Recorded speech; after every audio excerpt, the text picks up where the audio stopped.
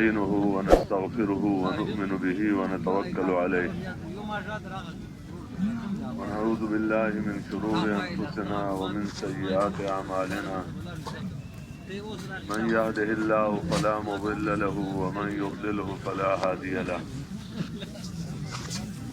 ونشهد أن لا إله إلا الله وحده لا شريك له ونشهد أن سيدنا ونبينا ومولانا محمدا بھائی اس کو بند کر لیں.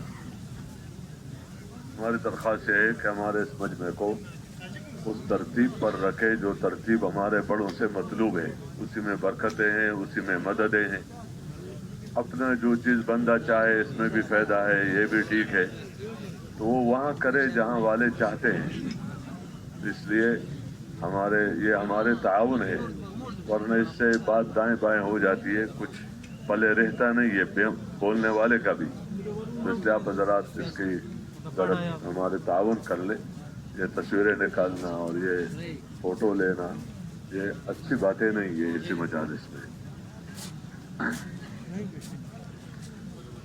الحمد لله نحمده ونستعينه ونستغفره ونؤمن به ونتوكل عليه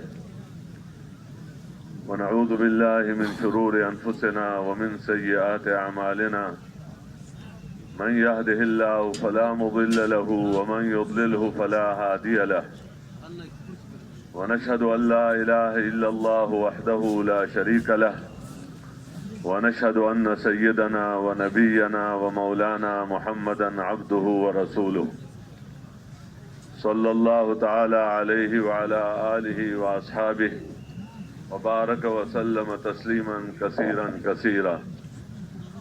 اما بعد, میرے محترم دوستوں اور بزرگوں اور بھائیوں, یہاں ہمارا آپس میں ایک مذاکرہ ہے جس کے ہم سب محتاج ہیں, کہنے والا بھی سننے والا بھی, اور توفیق دینے والا اللہ ہی ہے. مذاکرہ اس بات کا ہے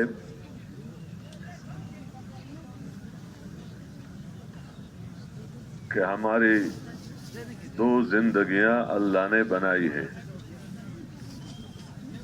ایک زندگی مرنے سے پہلے کی ہے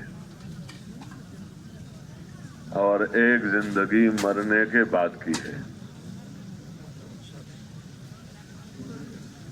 مرنے سے پہلے والی زندگی یہ آنکھوں کے سامنے ہے, مشاہدے میں ہے,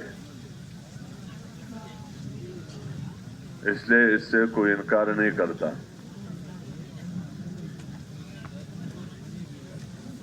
کہ اس زندگی میں مختلف حالات سے انسان گزرتا ہے. اچھے حالات بھی ہے اور طبیعت کے خلاف حالات بھی ہے.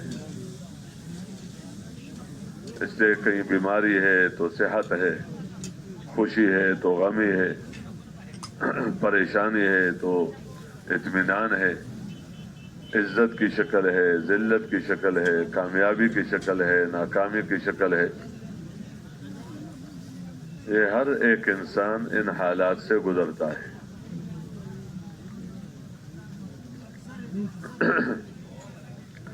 اور اپنے آپ کو اچھے حالات کے بنانے میں بندہ محنت بھی کرتا ہے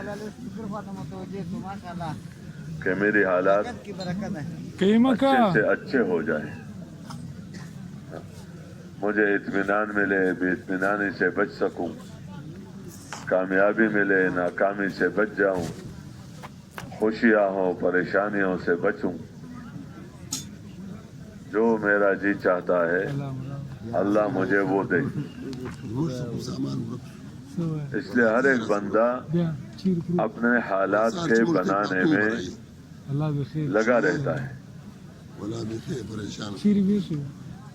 اور عمومی طور پر انسان کو نظر آتا ہے کہ میرے ان حالات کا تعلق